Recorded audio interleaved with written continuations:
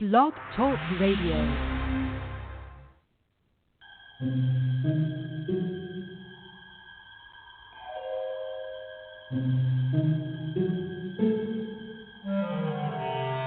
Archangels, ghosts, and Bigfoot, oh my.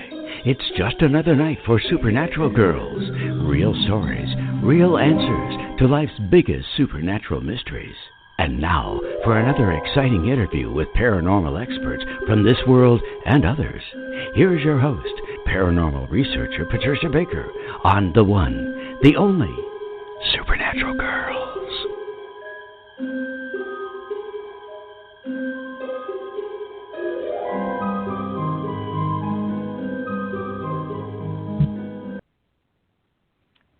Welcome, everyone, to another exciting episode of Supernatural Girls Radio.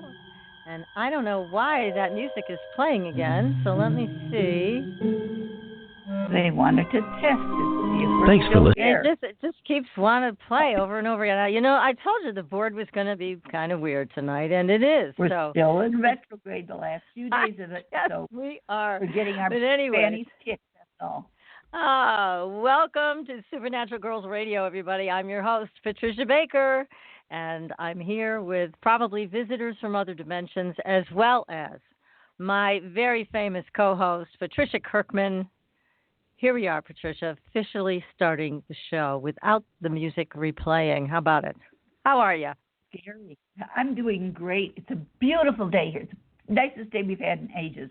Nice and warm, subtle breeze. I'm almost afraid to hold my breath for fear it's going to go away, but it's been beautiful all day. Oh, good. And we had a nice sunny one here, too. It actually got up above 40. That was an exciting moment. And we have a great guest tonight, do we not? One of our favorite people. We've had him on before, and every time we have a wonderful show. His name is Nicholas Pearson, and he has got an extraordinary new book.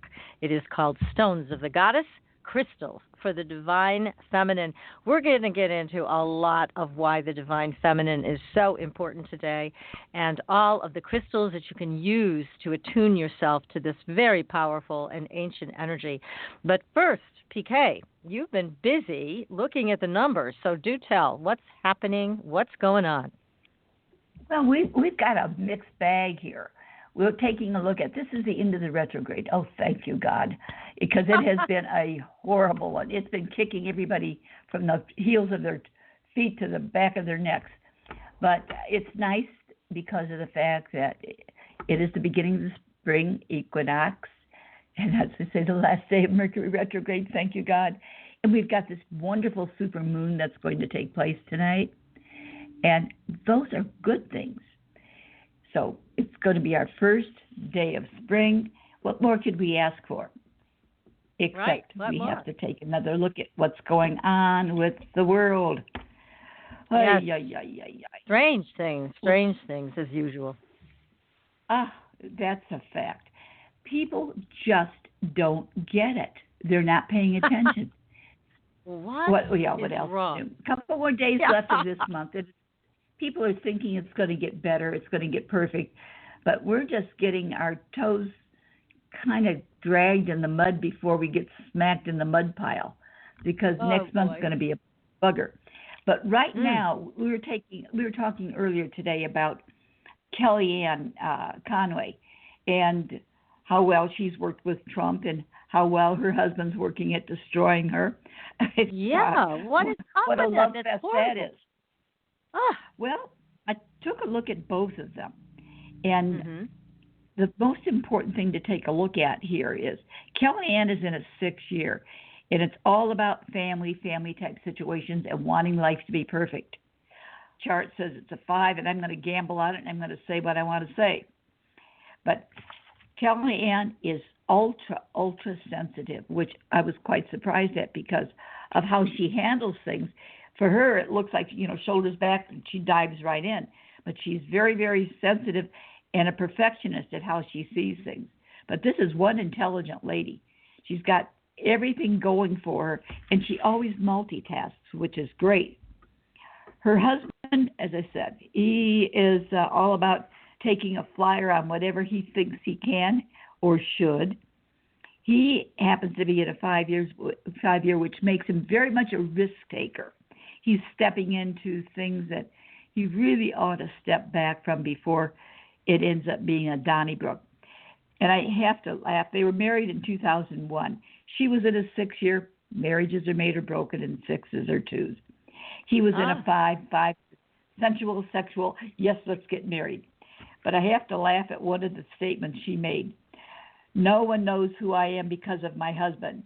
They know who he is because of me. I thought that was a very interesting. Very telling. Oh, yes, it does. Yes, it does. And she always multitasks. She's doing 2 things at one time, always. Can't get away from it. But this is one smart lady. Well, he's got a gift of gab, but go ahead.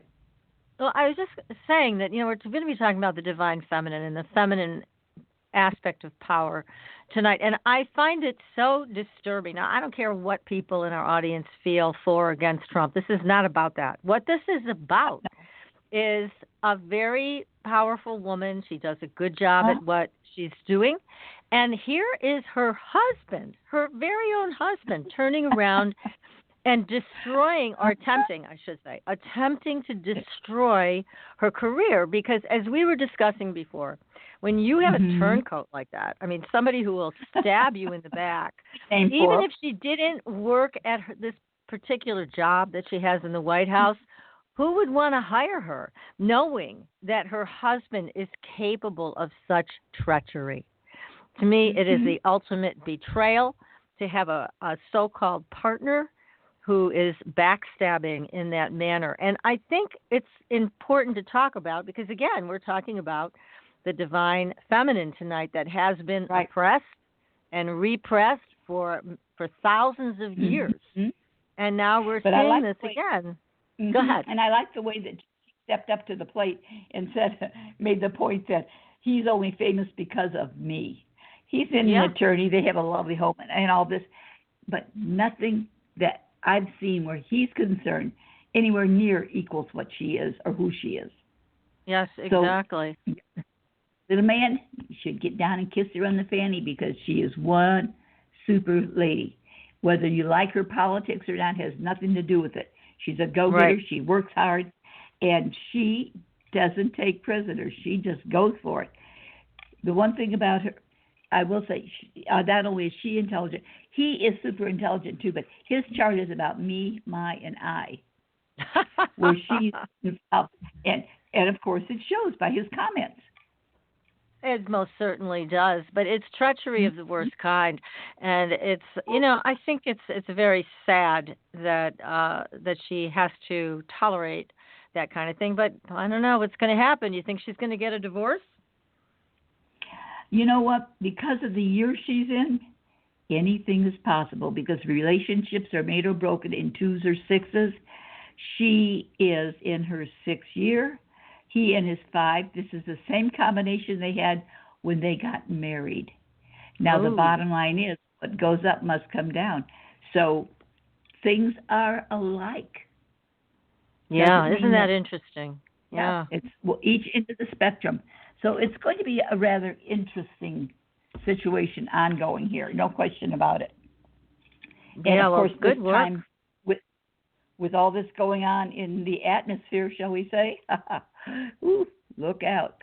I think if I were he, I'd double check to know where my luggage is.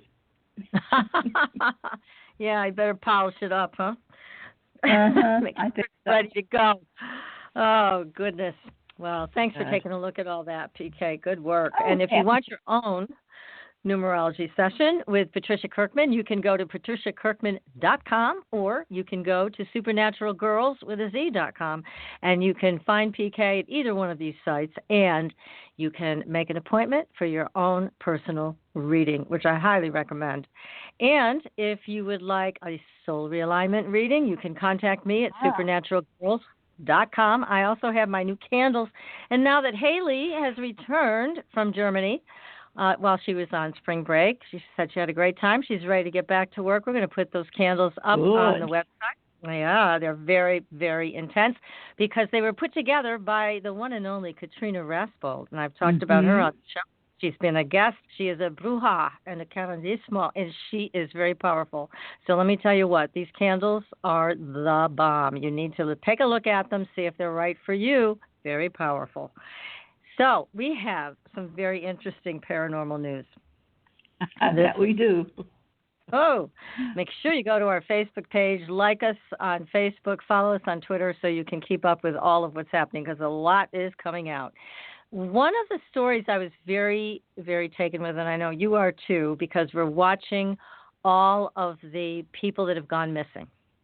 And there was a story about two men in Iceland. And I highly recommend that you go and read that story because it's not usual that we hear about this kind of thing happening in Iceland. And yet it did mirror some of the same background that we've been hearing about young men going missing in the United States in urban areas. Right. And I know this is being followed by David Paulides, also being followed by detectives that are going to be on our show next week. They are the ones that have investigated the smiley face killers and the hunt for justice. They were on Oxygen Television. They're coming on our show next week to talk about these people that have gone missing. So make sure you watch those shows on Oxygen. They're really good, very compelling. We want to get to the bottom of this. We think there's more involved than just murderers out there. There's something paranormal involved with all of this. I guarantee you that. And in Iceland, they couldn't even get to the bottom of it there, could they? I mean, if you read this story, you'll see they tried to beat confessions out of these people, but they really couldn't figure out what happened, and they never found these missing men. So do take a look at that on our Facebook page. Make sure you take a look at the Oxygen series, the Smiley Face Killers, the Hunt for Justice.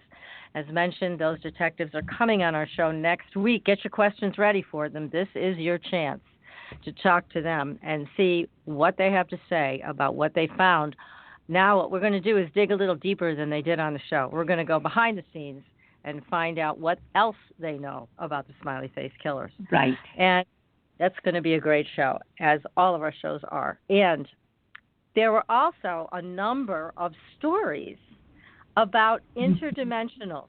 And these are interdimensionals that you don't usually hear about. So these are descriptions of things that children provided, and they are unlike any other ETs or people from other dimensions that we have ever heard of. I mean, things that look like a giant shrimp, things that look like an alien but with red hair, almost clown-like. I mean, go and read these stories. They are phenomenal. And we got them from one of our favorite sites, Mysterious Universe, which carries tremendous paranormal news. Brent Swanson was the author of these two articles.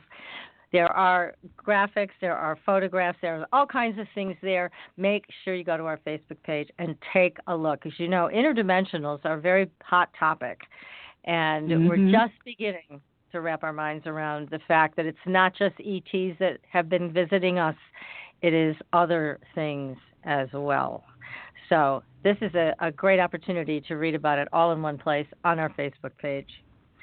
So tonight we have, as I mentioned, one of our very great guests that we love so much because he is Mr. Knowledgeable about crystals, and he writes the best books on crystals and how to work with them. And his new book is incredible, Stones of the Goddess, Crystals for the Divine Feminine. Now, Nicholas is an expert in crystals.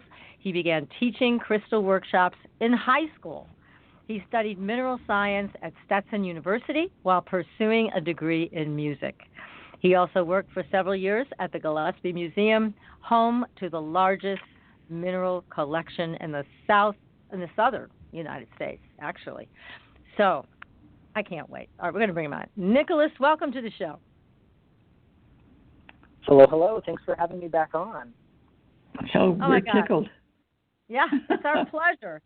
And I wanted to say, you know, everybody needs to get this book just for the photographs because they're so magnificent. Oh, my God. Beautiful, beautiful photos. Well, what possessed you to write this book, Nicholas? You know, this kind of started out as one of those little tiny inklings that just wouldn't leave me alone. I was actually working on other projects, plural, as I always am. I'd been wrapping some things up for my Reiki manual that came out last year when this idea came to me, just kind of looking through older texts. Lately I've been on this kick where I've been going to early modern and pre-modern literature about the use of gemstones, especially in their sort of more curative and occult properties. And you see a lot of talismanic gemstones that are inscribed with particular figures or symbols or characters out of myth and history and folklore alike. And it's amazing. The number of these relate to the sort of symbolic language of the divine feminine. And even in today's world where we have this sort of changing landscape, a greater recognition of the imbalance of power between masculine and feminine, we see more and more crystals emerging that kind of resonate with the new and changing face of the goddess herself. So although it was never really my intention to write this book, it came through nonetheless. I put other projects aside and I made space for it in my life. Gosh, well, it's an incredible Lucky work us. that you've done. Just loved it. Lucky us now, that you did so. Yes, we're blessed.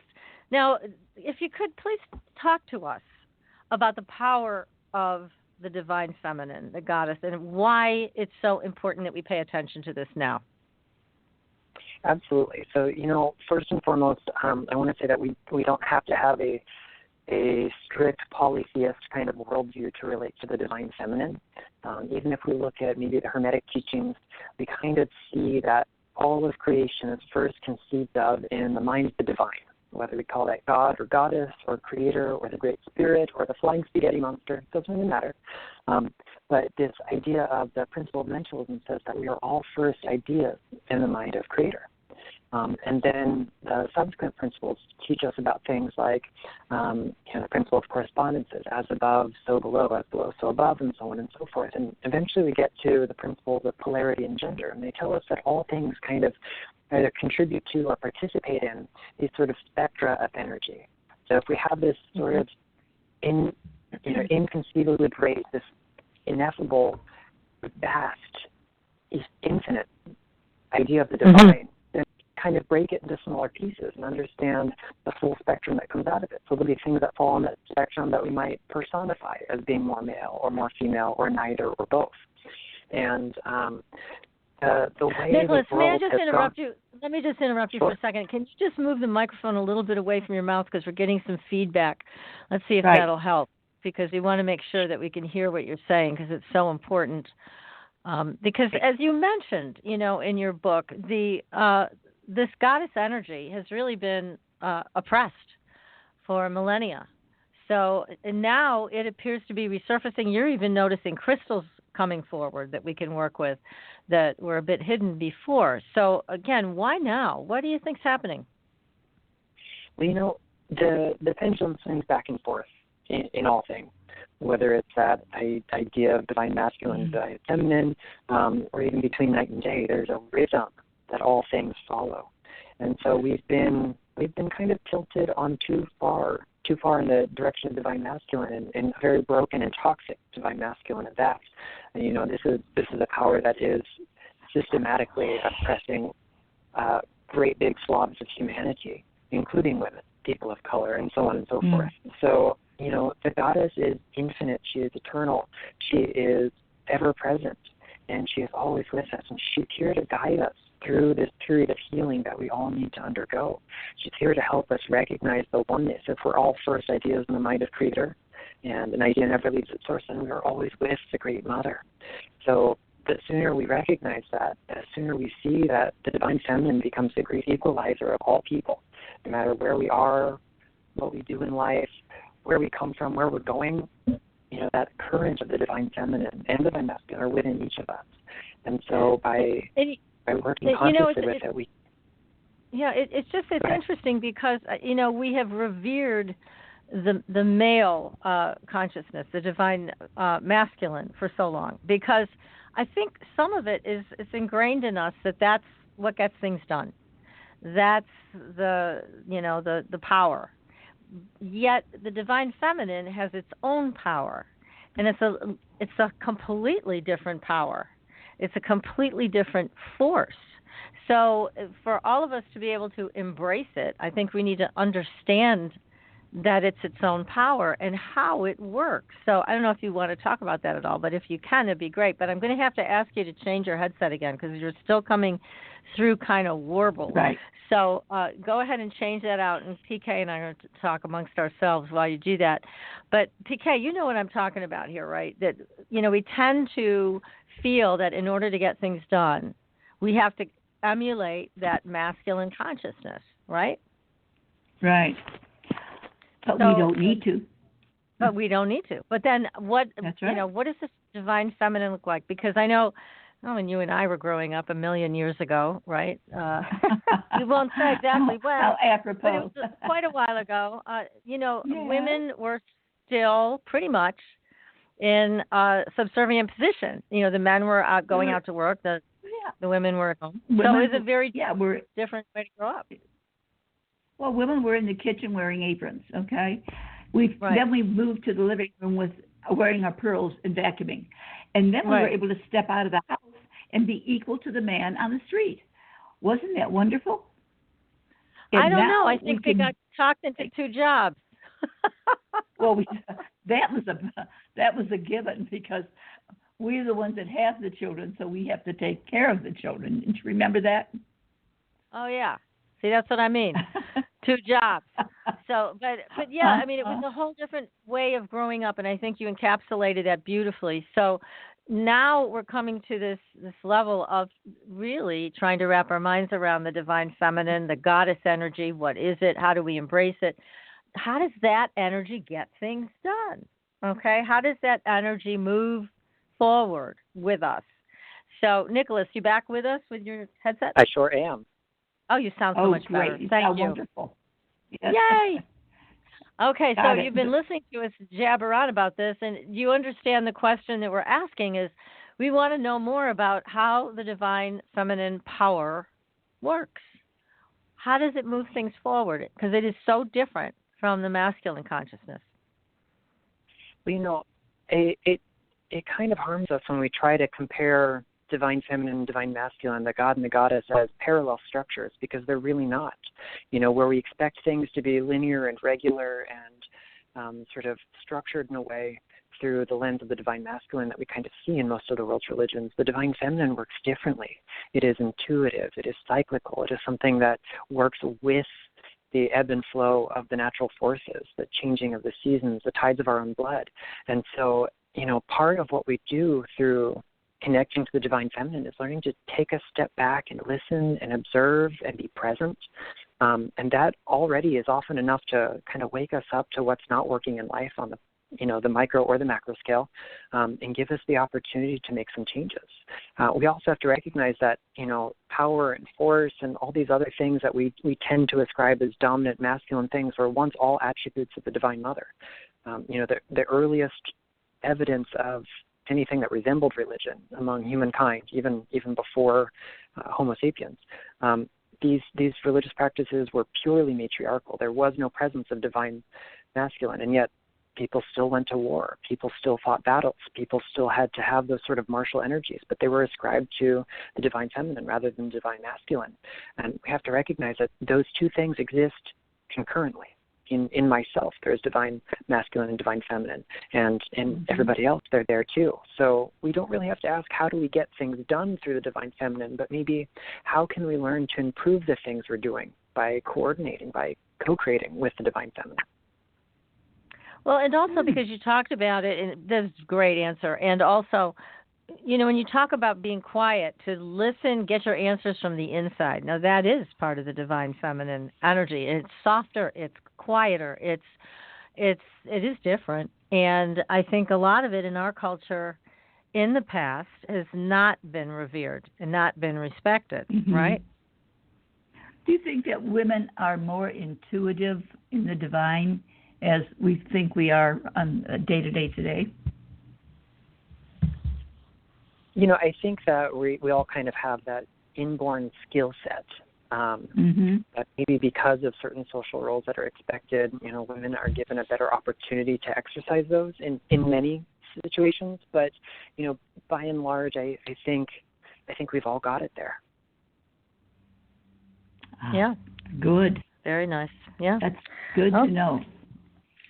Now, when you start talking about the different stones and crystals that people can use to attune, tell us more about that. How did you determine that these were crystals and stones that people could use to work with that energy? Well, first and foremost, let's look at the language we use to talk about the mineral kingdom and even the planet we walk upon, which is largely comprised of rock. We call her Mother Earth. We use language like the word matrix to describe the rock substrate that minerals form in, and that word matrix is Latin for womb. Even the word for matter, all the substance we see, comes from the Latin word mater, which means mother. So we can't really separate the world of rock and stone and crystal and gem from the body of Mother Earth. So these are the part and parcel. They're the cells of the great Earth Mother. So in a way, all stone connects us to the divine feminine because all stone is part of her body, just like we are. In the 1970s, the idea of the Gaia hypothesis gained a lot of traction, and this is, very simplified, states that every component of our planet, living and non-living alike, contributes to a self-regulating mechanism, much in the same way that our bodies as living organisms do that. And so that means that, we, the biological factors, the living beings, human, plant, animal, or otherwise, are connected to, are co-creating with the mineral kingdom, with, water, with air, with sunlight, to create kind of this larger superorganism. And even in science, we name this superorganism after Gaia, the goddess of the earth, from Greek mythology. So the idea of stone being connected to the Great Mother is a very ancient one. The idea of Earth or planet as mother, as the great goddess, is probably the most widespread and primordial idea of the divine feminine that exists. If we look at the historical record, if we look at archaeological evidence, if we look at folklore, we find a lot of gemstones that are attributed to different figures out of myth and folklore that are associated with the goddess or are themselves goddesses. So it's kind of where the project began, first looking at the historical precedents and then kind of translating that into the modern day.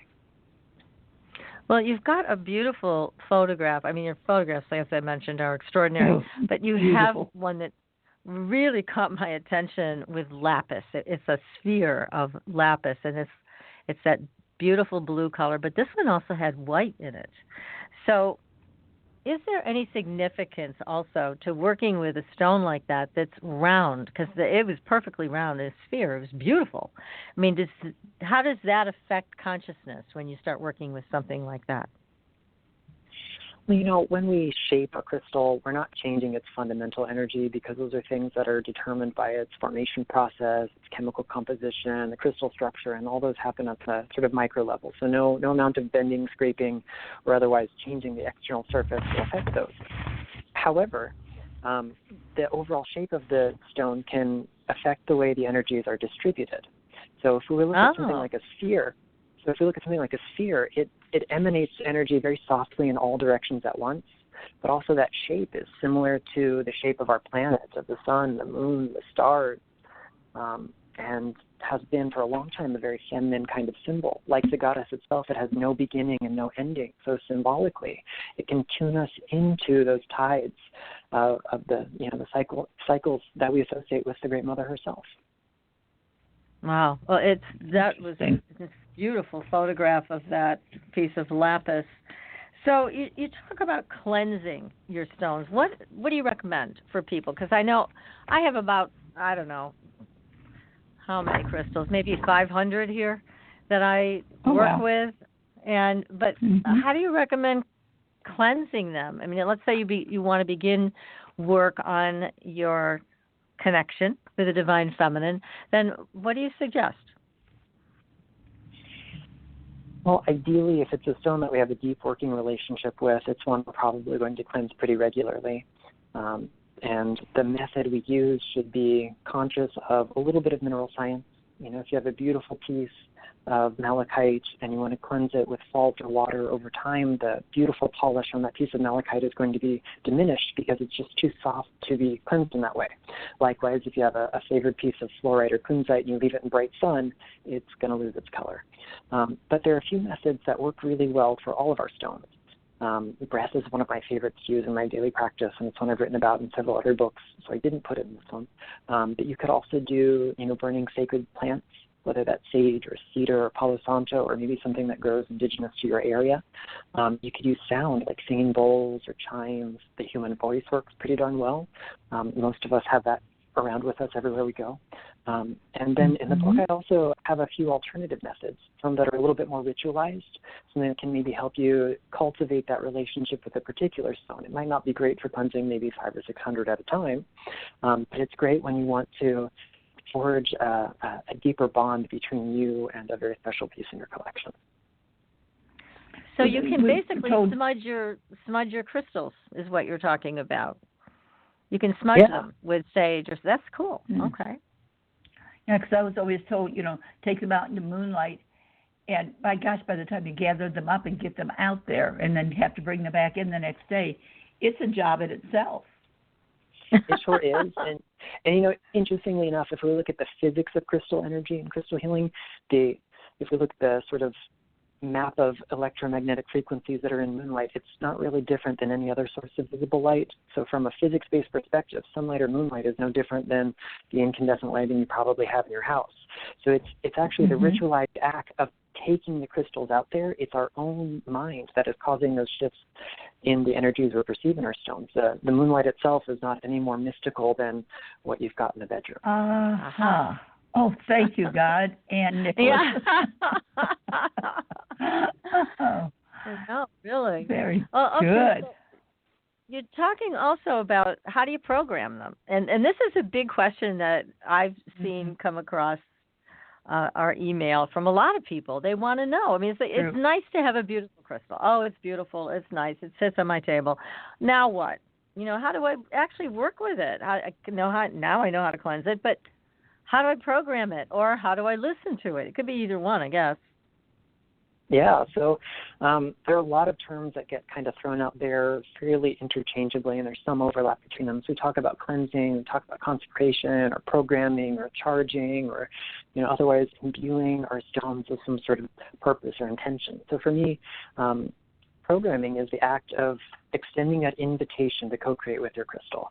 It's not installing a program that you are forcing it to do. I'm not downloading an app into the crystal. It's maybe a decent analogy until we take into consideration the fact that stones are living beings in their own right, maybe not in a biological sense, but in a spiritual sense, they have consciousness. So when I do my sort of programming techniques, I tend to allow them to be a little softer, a little less rigid, a little more open to whatever input I'm going to get on the stone's end. You'll find some instructions for doing this in the book, but the simple way is pick the stone that matches the intention of your word of affirmation, and then, find a way to project that into the stone while still leaving the stone room enough to accept or reject it as needed. Maybe that's just not the right stone. If you're really working on manifesting abundance and you've chosen your favorite piece of, maybe amethyst, that might be the right stone in some cases, but more than likely there's a better stone suited to that. So we have to kind of tune in to where we're coming from as well as where the stone can take it. Now, we've seen a lot of symbol work done with water, and there are symbols you can actually write on your glass, or you can actually now buy these symbols and paste them on your glass of water, and it's supposed to imbibe the water with the energy of that symbol. Now, can you do the same thing with a crystal if it agrees to it with its consciousness? Yeah, I don't see why not. Ultimately these acts of cleansing or charging are subject to the language of our subconscious. So if you're a more verbal person, maybe you'll choose words. If you're a more symbolic person, you might choose something that is either a concrete or an abstract symbol that represents the intention you're working on. I've seen amazing things where people have created sigils and use those sigils to program their crystal. The sky is really the limit with how you want to work on that. Yeah, because that looked like a very intriguing way to work with your crystal. But I like what you're saying, that you really need to make sure you have a crystal that wants to work with this with you, and it may not. So how do you know? I mean, do you just intuitively feel that there's a simpatico vibration, or how do you know? Because you're the expert. I mean, well, for me personally, it's really more really more instinctual. It's not necessarily something that I'm going to get a voice in my head clearly saying yes or no. In most cases, sometimes that does happen. But we all have those psychic faculties, so you just have to learn which language yours is speaking, and then learn to perceive subtle energies through that particular filter. One of my best friends, her symbolic language is show me white for yes and show me black for no, and she can close her eyes and there's the answer. Sometimes it arrives as a screen, solid white, solid black. Other times there'll be abstract symbols that might represent more than just the yes or no and kind of add on to that. So that might be a method that you find, but it also might be a physical sensation in your body. It might be a sound that you hear or even a scent that arrives to you. There are so many different ways we perceive that subtle information. Yeah, and that's a question, again, that we get a lot, is in how to work with your crystals that way. So that's very helpful information. So as you go through the book, I mean, obviously you have all of this great information about the crystals themselves. And some of them we've heard of. Some of them are a little more unusual. So tell us about some of the unusual ones that our audience may not have heard of before. That was one of the things I was most excited to do, was actually go through some of those less well-known stones when I wrote the book. I definitely stuck to some basics we're all familiar with, agate and some forms of jasper and jade and amethyst, for example. But I wanted to kind of touch upon some lesser-known members of the mineral kingdom, or maybe some more newly discovered ones, to kind of tune into the new and changing face of this divine feminine energy. So one of the ones that stole my heart years ago, almost a decade ago now, are called cherry blossom stones. In Japanese, we call them sakuriishi or sakuraseki, which just means cherry blossom stone. And they're these really complex intergrowths of mica that have replaced another mineral, cordiorite or iolite. And they have this pattern in them that actually looks like the petals of a cherry blossom.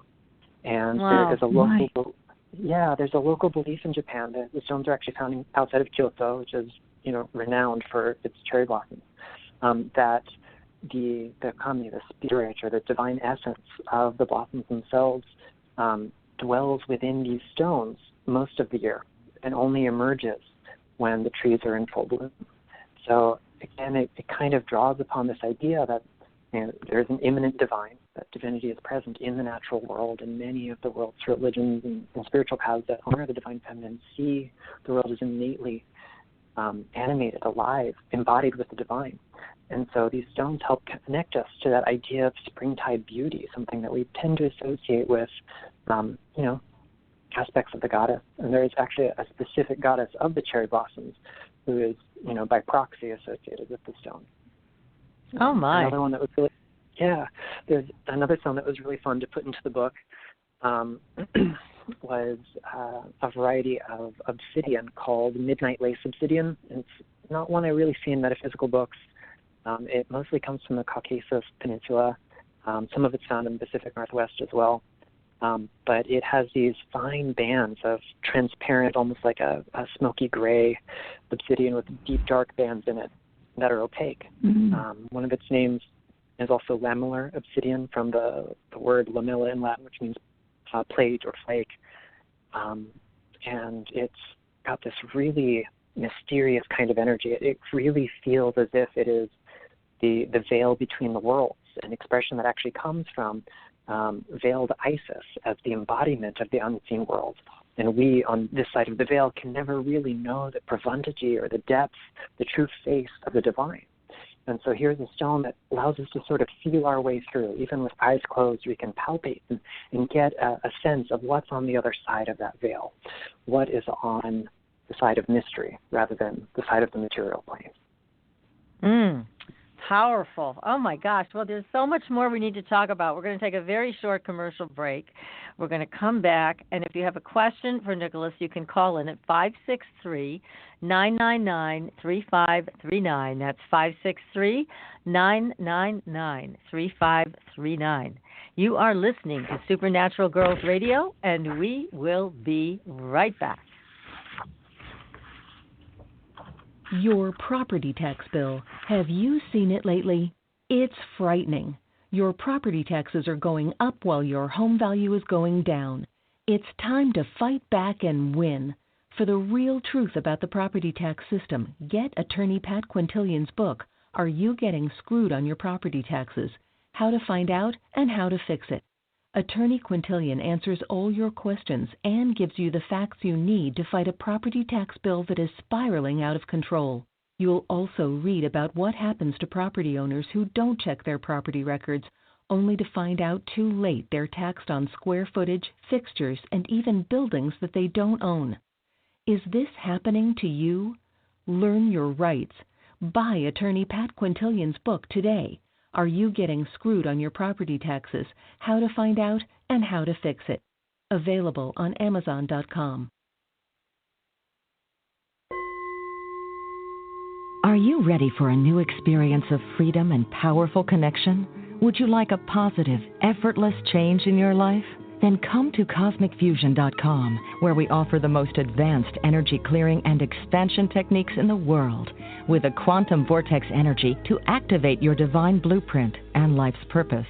When your soul leads the way with cosmic fusion and quantum vortex energy, you can break clear of past difficulties and blocks with the power of the source.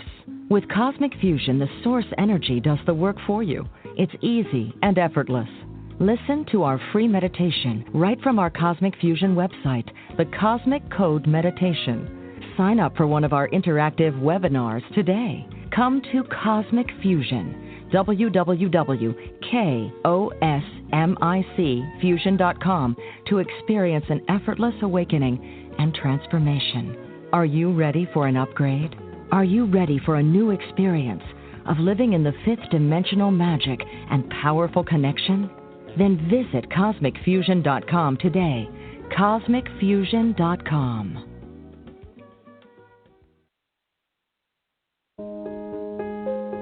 Pure essential oils, specialized minerals, and a revolutionary anti-aging technology. Astridian combines the best of all scientifically proven ingredients in easy-to-use creams, lotions, and concentrated serums.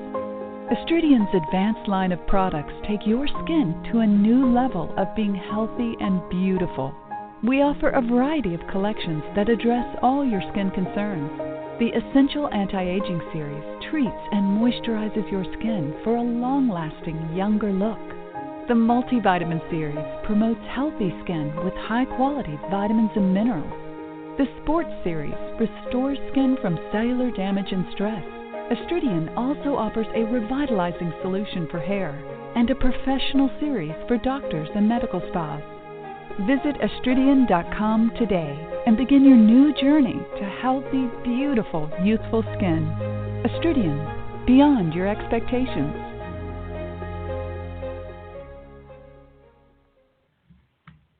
Welcome back, everyone, to Supernatural Girls Radio. I'm your host, Patricia Baker. I'm here with my co-host, PK, and our terrific guest tonight, Nicholas Pearson. And before we get back to the interview, I just wanted to mention that one of our sponsors, Astridian, is continuing to offer a 10% off coupon. Just use Supernatural, and they'll take 10% off your order, and they will send you some free samples. And this is a terrific skincare line, very high mineral content. So in case you're following any health news, you are knowledgeable about the fact that it is mineral deficiencies that are creating a lot of issues for people today. So anyways, it's a great skincare line. We're happy to have them as a sponsor. 10% off with the code Supernatural, and they will send some free samples out to you. So here we are talking about these crystals that are so unusual. So Nicholas, take us through a few more of these that you found to put in the book. Yeah, so I think one that if anyone spends enough time with me is going to know I'm really passionate about is a material that's called Yemingzhu in Chinese. And the name translates as evening shining pearl, or more poetically, the luminous pearl. And originally believed just to be the substance of myth, it tends to be found in natural form as a variety of either fluorite or calcite. This could be any particular mineral or rock, so long as it has a phenomenon called persistent phosphorescence, which means taken into a dark place, once charged by light or heat or some other source of energy, they actually glow. And although the one in the photograph in the book is a lab-synthesized version thereof, you can find them in nature. I have a beautiful sphere of brown fluorite from Ohio that actually displays the same kind of persistent phosphorescence. And when we look at some of the names that are attributed to this stone in Chinese mythology, one of them in particular is the Ming Yue Ju, which means the bright moon pearl. And it's connected to the idea of this sort of cosmic light that has been taken from the heavens, the starry heavens, and brought down to earth for us to hold that light, to work with that light, to be the light that we need to illuminate the darkest parts of our mind, of our hearts, of our souls, and of the greater world around us. So Yemingzhu is one of those really mysterious and transformational gemstones. Now, here to kind of can you spell that? I'm getting a lot of text coming across now. People are like, how do you spell that? So how do you spell one? So there are a few different ways to romanize, to transliterate it from Chinese. The most correct way would be Yehmingzhu. And the natural material is extraordinarily scarce, so most of what you see on the market is man-made. Some of it is even faked quite well. But you can read more about that in this book. I also touched upon it a bit in Crystal Healing for the Heart. It's definitely a very enigmatic material, and it really lights up a room. Now, I do have a lot of questions from people here asking about, can they contact you? Let's say they wanted to get a piece of this particular mineral, and you're saying a lot of it is not the real thing. Can people contact you and ask for your help with that? Can they purchase from you? You obviously know what you're doing, and the rest of us don't. So how would people go about that? I mean, find a reputable dealer. I myself don't really sell a lot of stones. My great love is teaching about them. Retail is something I've done my time in, and if someone wants to reach out and show me a photograph, sometimes from a photograph you can tell those sorts of things, and sometimes you can't. So I'm happy to give it my best try without examining it in person. Okay, terrific. Wonderful. So you don't sell many of your own crystals yourself. So that's what people were asking, if they could come to you, because obviously you're a trusted expert, and so that makes you a valuable commodity, Nicholas. I know there's a lot of gemstones out there that I think they've been reprocessed in some way, haven't they? Some of the ones coming out of China specifically, haven't they been ground up and then reprocessed? I mean, honestly, treating gemstones is nothing new. The ancient Egyptians, ancient Greeks had methods for enhancing the beauty of their stones. Some of those practices are still in use today. About 80% of the world's colored gemstones that are used in the modern jewelry industry undergo some sort of enhancement, whether it is heating, irradiation, dyeing, or some other format. There's not a whole lot of grinding and melting. When we do that, we create glass. We don't get a gemstone out of that. Now, many people do try to pass off glass as other things. If you find beautiful teal-colored, emerald green, yellow, red obsidian, I promise you it is not obsidian.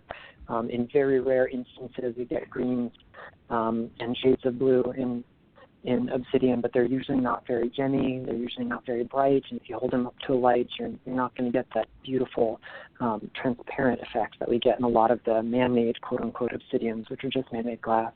But these are not necessarily new things, new ideas. We've been working with the mineral kingdom for hundreds of thousands of years, so it's no surprise that along the way we found ways to improve their beauty.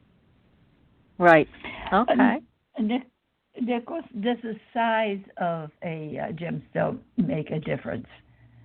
Does the effect of a small one, does it have the same effect as something larger? Can we still get the same information, shall we say, from the stone? Yes and no. So all other parameters being equal, quality, whether or not there are other minerals attached to or included within it, and so on and so forth, The only difference we're going to perceive when it comes to size is kind of like the size of a speaker or an antenna. So, the bigger the speaker, the louder it's going to be. Louder is not always better, just louder. If I'm having an intimate conversation with a friend, I can probably be heard in a whisper. But if I got to get someone's attention across the parking lot, I better be shouting at the top of my lungs if I want to be heard. So it's kind of the same with our stones.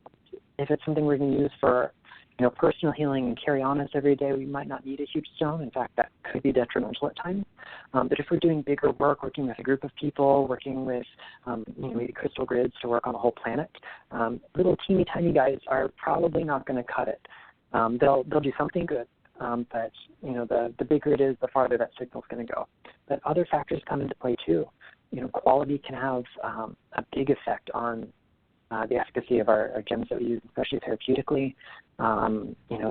The shape of them might not change the fundamental energy, but again, changes the way it's distributed. So if you wanted to cut a cord, maybe something that was shaped like an egg or a sphere is probably not the best tool, but something with a nice point or sharp edge would be great for it. There are a lot of factors to take into consideration when selecting our crystal toolbox. You mentioned crystal charm bags. The size important when we use that? I think because those are designed to be carried on a person or left in a particular location, smaller makes it a lot more convenient. And also we have to remember that we have the principle of synergy going on when we make these sorts of charm bags or mojo pouches or gree bags or spell patches, whatever term we want to use. The crystal is not the sole ingredient. We might be adding things like a slip of paper with our intention, a name, or a symbol written on it. We might be throwing in herbs or salts, which, of course, is another mineral, essential oils, vibrational essences. There are lots of ingredients we can use, and each of them is going to carry its own vibratory signature. And when we add them together, we get something that is greater than just the sum of its parts. That's wonderful. Go ahead. You have another question? I was just going to say, how would a person decide which is the better minerals to add or, say, oils or such to a charm bag of someone for them to carry with them? What is a better way to look for the proper stone or additive that would go in their bag? There's definitely an art form to doing this, and one that draws from a lot of different traditions to make that happen in today's world. Art of crafting these little charm bags or spell pouches goes back to prehistory, where people bundled sacred things together. I see cultures all around the world with their own sort of rules and regulations for it. So I would say if you're not already practicing a specific modality that has its sort of guidelines, then feel it out. There are plenty of great resources for looking at the vibratory signatures of our stones, a book like this, for example, for our herbs, for our oils, for anything else. And so we just want to learn to kind of marry together things that are aligned almost unilaterally towards the intention that we're trying to manifest. If we try to do a whole lot of things with one particular working, whether it's a charm bag or a crystal grid or a ritual, it's like having way too many browser tabs open on your computer. Some of them might load, but there's a good chance they're all going to crash. So we want to make sure that we take those ingredients and make sure that we have a coherent message with them. Yeah, that was my concern because of the unknown. And so many of us, of course, are not anywhere near as knowledgeable as you are about what we put together. And sometimes a little idea here can be dangerous on the other side. Well, it's a lot like cooking. Sometimes we take a risk and we really enjoy it. Other times we take a risk and we've learned a valuable lesson of two things that should never go in the same dish. Right. I've been there and done that. That's great. What other crystals did you add to the book? Nicholas said some of our audience and us, we may not have heard of them before. Keep going with that. It's fascinating. Yeah, so I was happy to include a few types of quartz that either hadn't ever been written about, at least not in a book like this, or hadn't been given a lot of space, one of which is moon quartz or girasol, which has this sort of milky, opalescent, quality to it. There's a particular variety out of Brazil that's called metamorphosis quartz that has traces of heavy metals like hafnium and barium, as well as some copper and lead, nickel, aluminum. But moon quartz has this really kind of whimsical, capricious energy to it. It almost looks lunar. The way it kind of collects light, even in a dimly lit room, reminds us of the way the light with the moon, with no light of its own, still shines upon us. It's a great stone for kind of attuning us to what's just on the other side of that veil. It is great for psychic development and also for manifestation.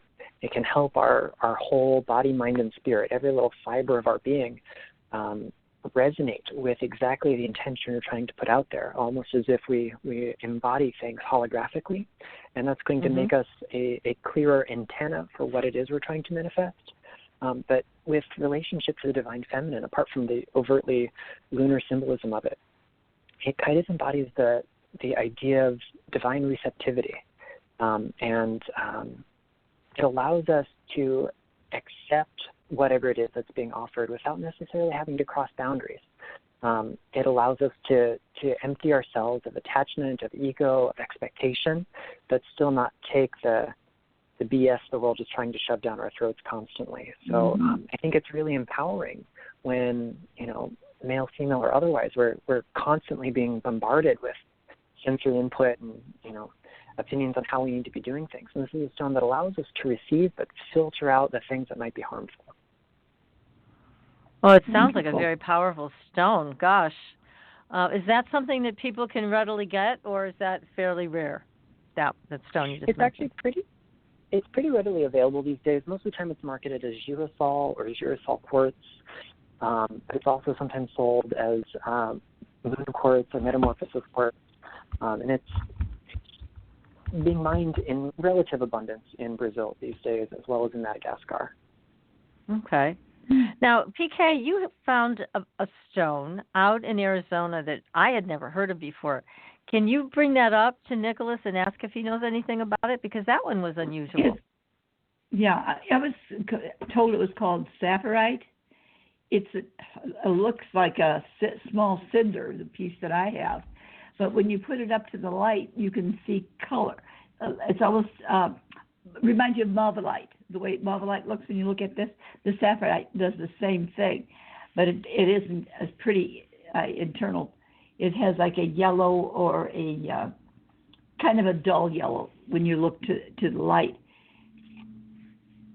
It's found, have you heard of that one? That's saffordite, Saffordite. That's what I was told it was called. And it was found outside of Tucson area near the New Mexico border. And some people said they found it in Safford. That was one of the reasons they called it sapphirite. But question mark to both, because I never saw it up until about a year ago. Yeah, it's really fascinating. It looks exactly like a cinder.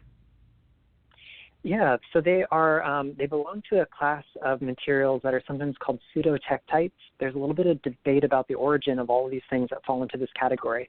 They may be a variety of tektite, which is a natural glass formed by the collision of other stuff with Earth. So, meteorites, for example. So very famous tektites include living desert glass and moldavite.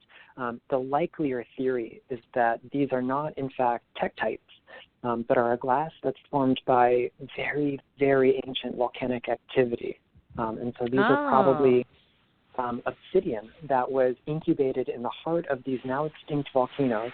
The actual mountains themselves have been weathered away, and a lot of that silica was either hydrated or somehow broken down. And these gemmy bits are all that remain. There are some similar varieties that are found in South America, but even with the chemical analyses that have been done, it's hard to know exactly how they've formed. I've never actually held one myself. I can't really comment much on their energy.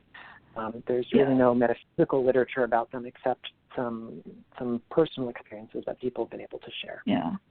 I think the largest one I've seen is about like my thumbnail, a larger like the thumbnail. But like I said, they're very unattractive. But a friend of mine would go out and they would collect them out in the New Mexico Arizona border area. And that's awesome. they had not found them up until, I guess about a year ago when she first came across them. But she talked about, and this is what she called them, but she herself really wasn't all that, although she stated to be knowledgeable, I don't feel she was all that knowledgeable about the information that we got back. And they're expensive, too, because I know that when you talked about that, I was like, maybe I'll give it a try. And then you put me in contact with it. They were not cheap, and they're so darn ugly. I was like, you know what? I think I'll pass. Because, again, anybody can say anything about these stones, and you don't know how valid it is. I mean, Nicholas, when you talk about these stones, believe me, I know that you're telling us the real deal. But when it's a fairly new discovery like this, even though it may have taken some ancient powers to manifest these things, it's suspect in my mind. So, anyways, that's why we wanted to know if you knew more about it, Nicholas. They're really fascinating. It's definitely something that's on my list to add to the collection. I'm really fascinated by natural glasses in particular. That's why the first chapter of my first book is all about obsidian. So I'm eager to get my hot little hands on some one day. Good. Then you can tell us if they're for real, if we should bother with them or not, right? Absolutely. All right. You got to get them to you. They're so scattered and so far in between in the different sizes. As I said, never saw anything very large, and they look just exactly like a cinder.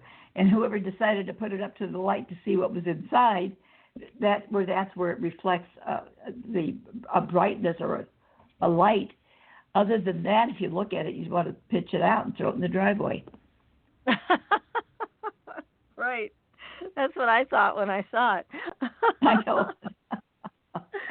Oh, that's funny. It's Goodness hard me. to tell.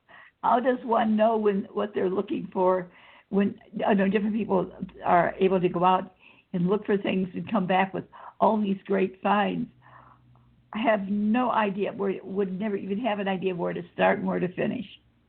I know, really. Well, that's why we need to rely on Nicholas for our good information. Definitely. That's for sure. Oh, God. Yeah, because you can spend a lot of money on some of these things, and which is fine if you have it to spend. But, you want to know you're getting the real deal and you're not getting some, wool pulled over your eyes about these things. But let's talk about crystal elixirs, because you do have a chapter in your book on that. How do you make those? Let's have a kind of a short version of how to do that, because those look like fun. They are a lot of fun. In short, it's just crystal energy plus water or another liquid in theory, and then you give it enough time to transfer, and then you've got a crystal elixir. So some stones are safe for direct contact with your drinking water. Many stones are not, so please look up the chemical composition, know something about your rock before you start ingesting it. You might absolutely head over heels about galena or pyromorphite or plumbogumite, and you really want to put those in your drinking water, but they're all rich in lead, and lead is really bad for you. So, yes, it is. There's potential to do great harm here, so when in doubt, leave it out. There are indirect methods of transferring that energy. You could make a crystal grid and place the water in a vessel inside that grid. You could have a smaller container that is dry that you put the rock inside and put that inside a bowl of water, so that way there's that layer of glass between the stone and the drinking water. You can also make elixirs via direct method that you don't plan on ingesting or applying topically. They might be things that you're just going to use as, tools of ritual focus or otherwise somehow gifting to Mother Earth, as long as we're not making the environment toxic. But, generally speaking, most of the cautionary lists we see online are far too cautious. We'll see something like ruby or sapphire, the mineral corundum, are toxic because they contain aluminum. And we know aluminum's not good for us, but if I could put ruby or sapphire in water and take the aluminum out, then it would not be a stone durable enough for jewelry. So there are more factors at play than just chemical composition. But, again, always better to be too careful than not careful enough. Well, give us an idea of some safe ones, then, that you know about. Yeah, well, ruby and sapphire are great examples. Aquamarine, shungite, most things in the quartz family, as long as they are physically stable enough. So let's say you got a beautiful cluster of these delicate amethyst crystals. If they're not very strongly attached to their matrix, to the host rock, then when you get it wet, they might begin to crumble. But as long as it's otherwise structurally sound. Anything in the quartz family is great to go, and as long as we avoid something with strange minerals attached to or included within it. In my home here in Central Florida, I have all of my water infused with shungite and aquamarine. Those are my two everyday kinds of stones that I drink sun up to sundown. I make all of my tea with it. We cook with aquamarine and shungite infused water. But why do you use those two? Aquamarine is kind of like the water from the fountain of youth. It's really rejuvenating on the spiritual level and helps us kind of get back to our spiritual blueprints. And one of the ways that we age is by wandering away from what our blueprints are supposed to say. So when we use aquamarine water, it can translate that at the physical level too. It's also very detoxifying. It's just a great stone all around. And shungite can breathe life back into water that has been very poorly treated. And sadly, pretty much all of the water we drink and are exposed to is very poorly treated. It has lost its structural integrity, and that might seem strange thinking of water as having structural integrity, but water can exist basically in two broad categories. We have bulk water, wherein the molecules are just chaotically arranged, some weak hydrogen bonds, but nothing real fancy. And then we also have structured water that exists in what's called a liquid crystal mesophase, a state that's in between liquidity and crystallinity. And Marcel Vogel, the former research scientist with IBM, was the leader in studying liquid crystals. He's the inventor of the original liquid crystal display. He studied the effects of consciousness on the liquid crystal mesophase that water can be in long before other people did. So, he was influencing the formation of crystals from water and other liquids even before Dr. Emoto started taking his pictures. Sadly, Vogel's work never got as well known, but, it's profound stuff. Now, how do you charge your water with aquamarine and shungite? Do you put it right into the water and then let it sit overnight? How do you do that?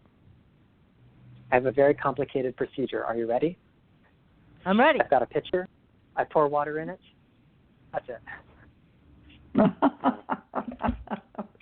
Wait, I missed that part. You have a pitcher, you pour water in it, and then what do you do? That's it. That's it. Where do you put the gemstones in it?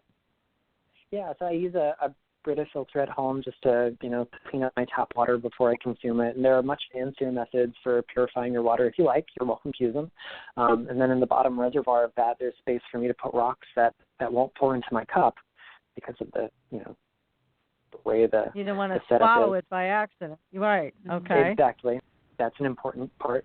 So there's always some shungite in there. You want to choke on it. Yeah. Okay.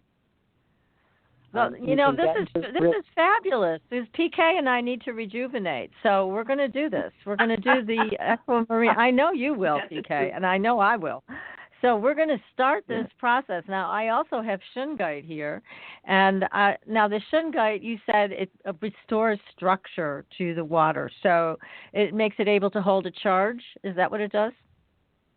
Among other things, yeah. It can be used as a filter.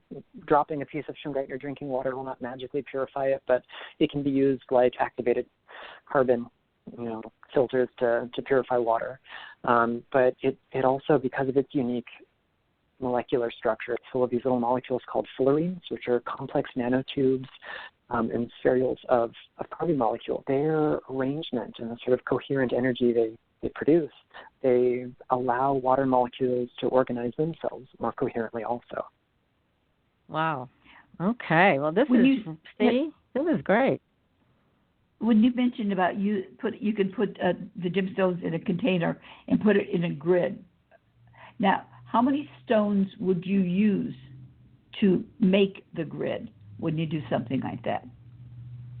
Would you use just the four corners, or would you do more? At the very least, use 3. It's hard to have a grid with fewer components than 3. I suppose 2 could make a grid, but it's not a very exciting one. And then I would use what you've got, whether it's all the same stone or you want to make a more complex grid, a more complex flavor profile energetically if you want. That's entirely up to you, whether you use a template or make it freeform, also up to you.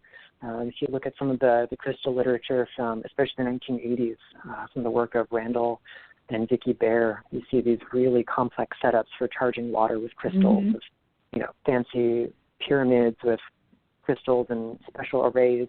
And so you can get really, really innovative, really labor-intensive with your grid setup. I'm okay with a rock right in my water. Sometimes less is more. So more is not necessarily better. Exactly. Good. That's good to know, because we do tend at times to overdo. The more we can pile in there, the more we think we're going to get out of it, and sometimes we negate the very thing we're trying to accomplish. It's true. Yeah. Wow. Well, this is great information. And you also have in the book, which, again, the name of the book, everybody, is Stones of the Goddess, Crystals for the Divine Feminine by Nicholas. And you also have some really nice recipes, let's call them.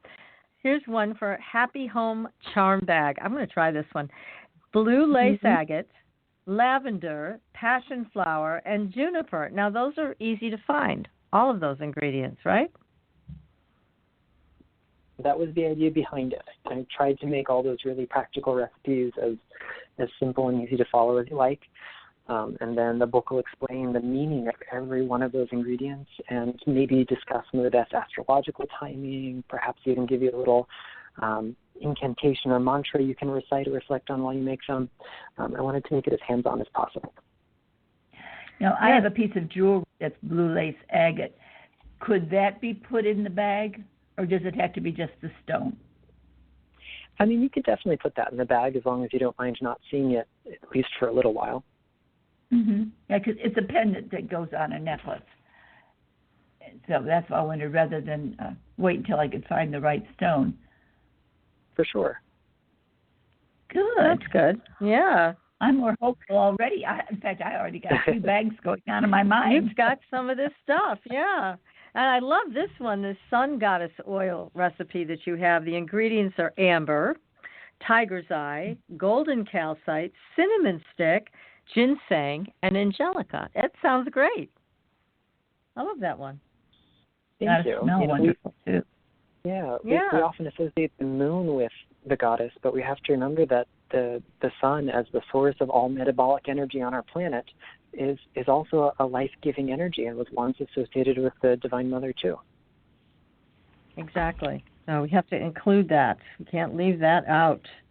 Now, you also taught, the book has so much information. Again, it's a great book, everybody. You really should get it because it has so much information about not just the crystals and not just divine energy, but it also has these recipes, how to do rituals, all of these pieces of information that are so valuable, and it's all in one place. So this is terrific. Now, amethyst you write about.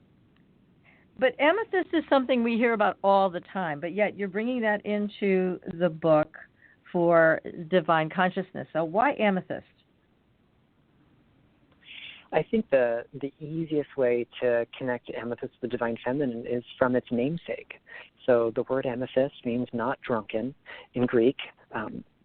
She maybe wasn't the best party girl, but the idea of this myth may not be quite as ancient as we want it to be, but the story goes that there's a nymph named Amethyst on her way to make her offerings at the temple of Artemis or Diana, and along the way she had some really unwelcome advances from the Greco-Roman period's most famous party boy, Bacchus or Dionysus, and as is very timely today, he didn't quite understand the meaning of the word no. And when his advances were spurned, the nymph Amethyst cried out to the goddess. And so to be protected from the frenzied, drunken god, the Diana or Artemis transformed the nymph into white quartz.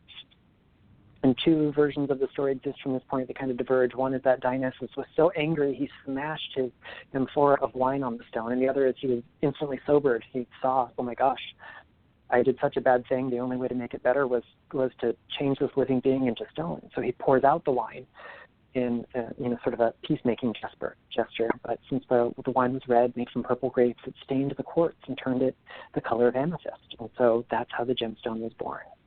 But we see that we see this idea of divine intervention coming from the goddess herself in our everyday lives, saving us from the things that, we are subjected to, whether it's internal or external.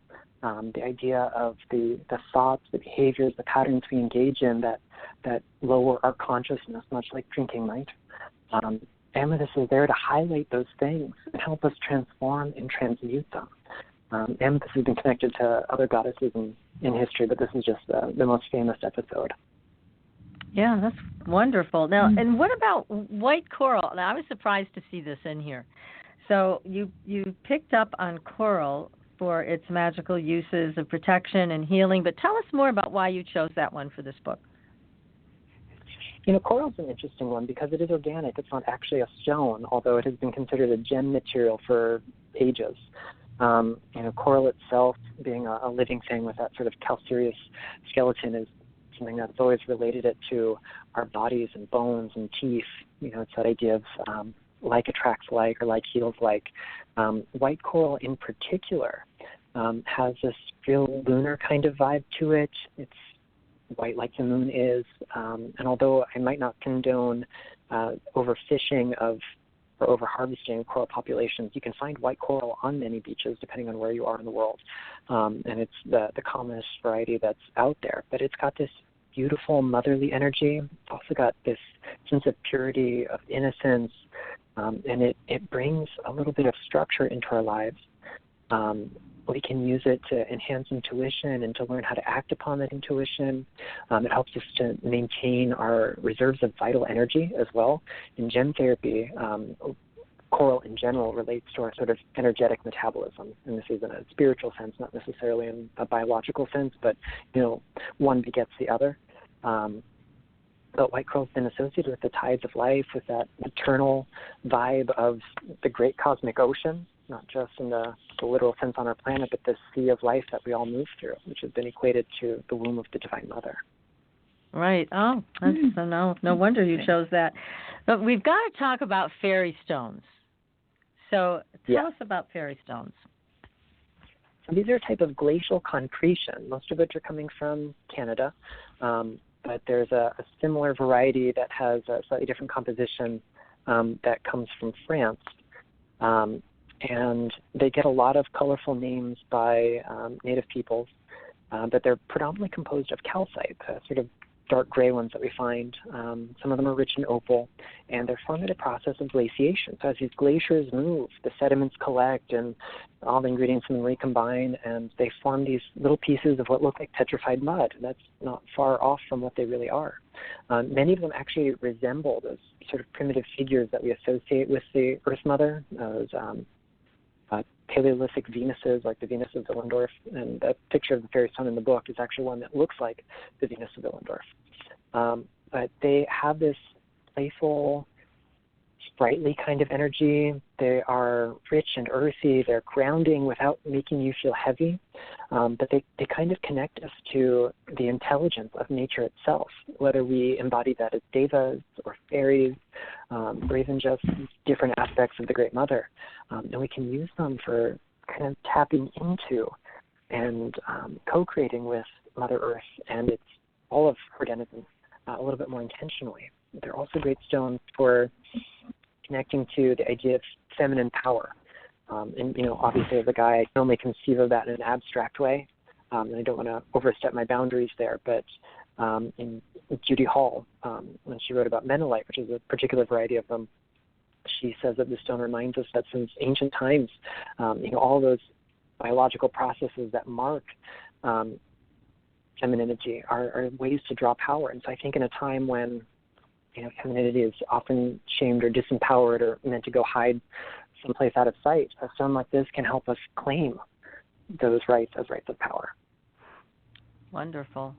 Now, Larimar is one of my favorite stones, and it's not a hugely expensive stone, but isn't that found in the Dominican Republic mostly? It sure is, yeah, entirely in the Dominican Republic. It is a blue variety of the mineral pectolite, which is usually not so pretty as this stuff, but add a little copper and we get Larimar. It's beautiful, and I've always found it, I have a couple of pieces of it in jewelry. I've found it to be, to really create peace, If you wear Larimar, you can feel a certain level of peace, which I can understand why you have this in this book, because then it does very much correspond to the divine feminine. What else can you tell us about Larimar? Larimar is a stone of like supernal nurturing. It reminds us of being bathed in, maybe the warm waters of the Caribbean Sea and just letting all of your troubles float away. If you've got a good relationship with mom, hopefully a big embrace from your mother would do the same thing. Otherwise, we can think of it in a more abstract kind of way. But this is a stone, even the color is derived from copper. And when copper shows up in the mineral kingdom, it often kind of signals the presence of the divine feminine.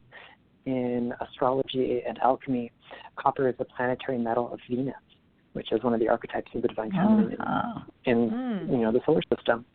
So that sort of coppery vibe is diminished in the stone. There's not an overabundance of copper in it, but just enough to kind of tap into that current of energy. This is a great stone for when we need to learn the importance of self-care, when we might need to do some mothering to our own inner child or to someone else's inner child. It's just a really profound stone of peace, of surrender, of tranquility. That is beautiful. I love that stone. And now you also talk about Andean pink opal, which I have some of that too, and I love it. Tell us about that one. What are the properties of the pink opal? So most of this material gets its color from traces of manganese. And manganese is an element that allows the heart to feel safe. Whenever I see manganese in mineral form, it's about vulnerability and the ability to let your guard down and not have to be so guarded. We almost think of manganese as being the warrior that protects the heart on your behalf. So these pink opals are just so sweet. It's a stone related to renewal. It helps us build a deeper relationship with our sense of self. If we look at how it can kind of relate to the bigger picture, it can maybe heal the rift between the human kingdom and all of nature.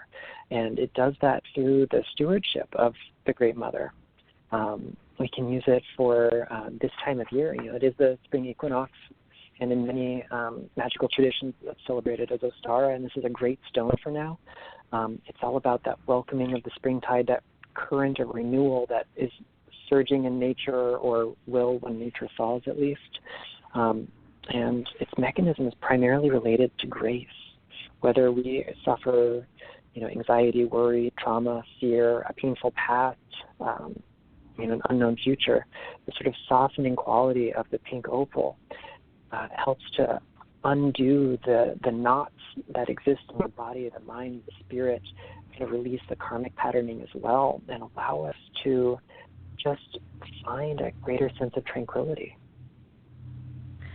Well, I'm glad I have some of that. But one thing I know, you want to share, little girl? Yeah, I need to get it made into something so I can wear it, because it is beautiful. But one thing I saw with it, and I don't understand why this happened, Nicholas, maybe you can explain it. They were pink when I bought them, and I kind of let them sit on my counter for a while. Now they have a yellow to them. Where would the yellow be coming from? A few different things could have happened. It would depend on what happened to the stone between coming out of the earth and how you got it. Lots of stones get oiled to improve their appearance, and sometimes those oils can yellow over time. The other thing is that perhaps it actually dehydrated. If it's in a really sunny or overly warm place, opals by their very nature contain a pretty high percentage of water. And without having a crystal structure that holds that water in place, as the water leaves, it can change their appearance. They usually tend to go whitish, but if there were other minerals present, maybe they would kind of pop their heads out and show off as yellow from that dehydration process. Can you rehydrate them? You can try soaking it. Oftentimes that works. It doesn't happen across the board, but use some like distilled water, something that has no trace minerals in it, so that way you can kind of get it back to a neutral place. Nice. Well, thank you for that. When you take different stones, the settings that you may put them in, say whether you use gold, silver, or you wire wrap, say in a copper or a metal or silver metal or something, does that affect the strength of the stone itself? There are different schools of thought on this since, very ancient times. People have been marrying gemstones with specific metals to achieve specific results. So again, it kind of depends on the school of thought you're working with. Like in gem therapy, it's thought that setting something in metal actually diminishes it. It's like insulating it so it can't do its job as well. But then if you go to Jyotish, Ayurvedic astrology, they believe that enhancing the right stone in the right metal and the right amount of both will make the talisman that much stronger. So I think it's kind of case by case, and a certain amount of it comes down to our belief, how much we're invested in the outcome. And whether we're willing to gamble on which one's the right one. Well, again, that's one of those things that we can educate ourselves in a specific school of thought and apply those principles to what it is we want to create. Right. Well, that's a good question, PK, because I've always heard, for example, that when you're setting lapis, it should always be in gold, but maybe that's not true. Well, if you set it in gold, it becomes more valuable, and a jeweler would love to set it in gold for you. I bet. True. Yeah, very true. Very true. Yeah, exactly. Wow. Notice of late they're starting to use more copper with some of the wire wraps and things like that, and the different stones that I've noticed. And copper bracelet, say the different stones being attached as opposed to being hand set into the gold or silver. And I was wondered with the copper, what type of an impact that would have on the stone itself. Copper is the eternal synergist. The alchemists of ancient days called it Moretrex metallorum, which means the harlot of metals. Chemically, copper bonds with metal and non-metal alike. In other words, the alchemists are saying that she's easy. She makes a lot of different compounds. But when she does that, she also transforms the materials into which she comes into contact. So, copper is great for expanding, for connecting. It is malleable. It is a great conductor, second only to silver. And again, it's related to that energy of Venus, which is the embodiment of the divine feminine in the morning sky or the evening sky, depending on the time of year. So I think copper is a fairly appropriate and neutral choice for a piece that's geared towards healing, especially whether that's physical or psychological healing. It doesn't much matter. Good. So many choices. Good to know. Wow. Yeah. Oh, I know. Goodness me. In so little time. I know. Well, you want to remember PK, everything, and it's so hard. I know. Well, you and I share a love of gemstones and jewelry. That's for sure. And Nicholas, you have been an amazing guest as always, informing us on so many different levels about all of the different possibilities here. And again, we really want to recommend your book, Stones of the Goddess, Crystals for the Divine Feminine. Again, the author has been our guest this evening, Nicholas Pearson. This has just been terrific. Now, we know you love to write. What's your next book going to be about? Do you know yet? I sure do. I turned it in Sunday night. So we don't have an exact release date. There's not a finalized title yet, but I can tell you that it is the kind of book I wish I'd had early on in my practice with crystals. It's everything you wanted to know about the mineral kingdom, how to figure out what crystals do based on structure, formation, chemical composition, and so forth, how that matters, how to connect to the consciousness of your stones, how to make crystal grids, how to meditate with your crystals, how to use them in layouts, as well as a directory of almost 200 stones in it. Oh my goodness. So we'll be having you back for that one. When it's coming out, we need it. We need you. Yeah, we need all of this information. Well, Nicholas, thank you so much for coming on the show tonight. We really appreciate it. Best of luck with this book and your next one. And again, this is a beautiful, beautiful book, everybody. I mean, if you just bought it for the photographs, you would have a real gem in your library. So thank you. Thank you, Nicholas. It's been wonderful as always. Yes, thank you so much. And next week, everybody, remember, we are going to have the detectives from the Smiley Case Killers, The Hunt for Justice. They will be joining us, so make sure you take a look at that series on Oxygen. Join us with your questions for Kevin and the other detectives. We are going to delve into this and get to the bottom of what is. We're going to find out. And until then, we'll see you on the Blue Highway. Good night, everyone. Good night. Thanks for listening. Tune in next week for another radio adventure with Supernatural Girls.